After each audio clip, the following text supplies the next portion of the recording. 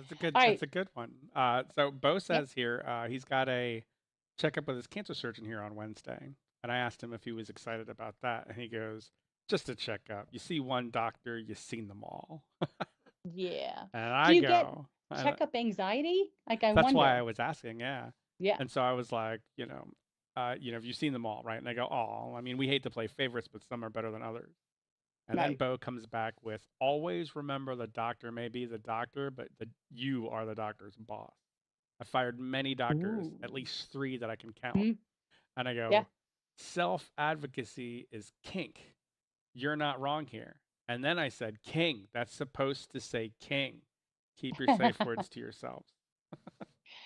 Yeah, that's true. I've definitely fired at least three or four doctors, four doctors, different categories. One,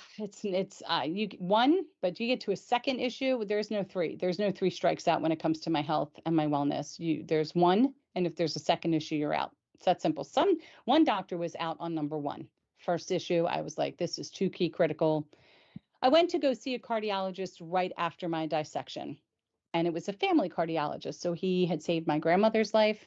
He had worked on my father, and now it was my turn. And he's known me for years. I was a fanatic. After my father had a heart attack when I was 22, I started seeing the cardiologist to make sure I was fine. And then when I had high blood pressure issues, I've still seen the cardiologist. Well, after the dissection, my first checkup, he didn't have my file. He didn't have any information about my case. Like, it doesn't seem to be that difficult. I had a type A residual B dissection, had no education, had pretty much nothing to tell me, and told me to stick with the labetalol I was taking. And even though my husband spoke up and said she is a zombie, she can't remember where she lives when she's in the car, this is a miserable drug, everything was supposed to stay the same. And then I was recommended to go to my cardiologist now. And I think, and it's fair, I think it's fair, for a physician to semi admit that they don't know that they want to handle you. This physician was nearing retirement, getting older, and I think I was just too much of a challenge, and maybe in their eyes a liability. I don't know. So the decision, I think that case was mutual, to just say, time for me to go to somebody who really, really understands and wants to be, invested in my care. But then there's been other physicians that, we're talking dirty situations that I had to let them go. Nasty, bad. There's nothing like a colorectal surgeon. Okay, I'm just going to share this now that Bo brought this up. Who wants to put you on medication, and you're in their office and you're trying to explain to them, do you remember that I'm allergic? Like, truly allergic to this medication. And they say, shh, 1 second, my horse is about to race. And they turn and look at their computer screen to watch their horse that's in a horse race. And I said, thank you so much for your time. And I left, and I never went back. Horse race. That is jaw dropping. Yeah.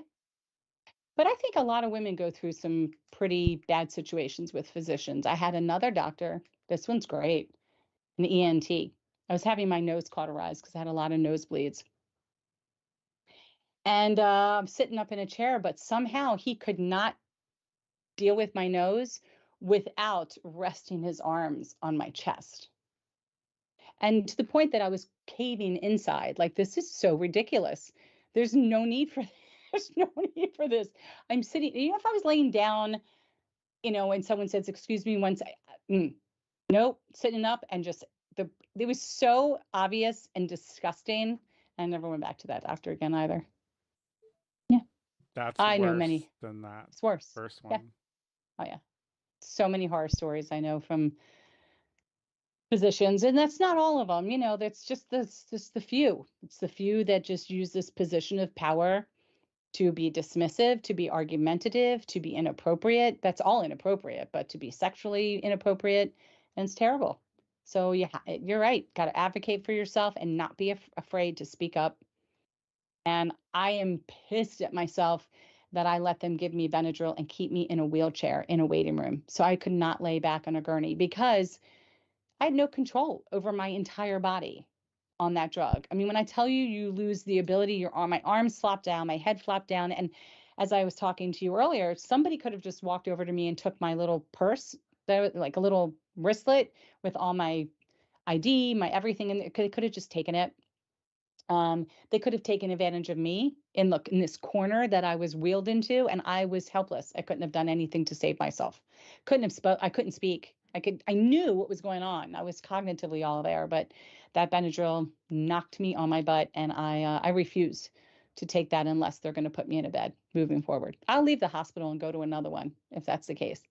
I'm just angry that I didn't do that then, but lesson learned will never happen again.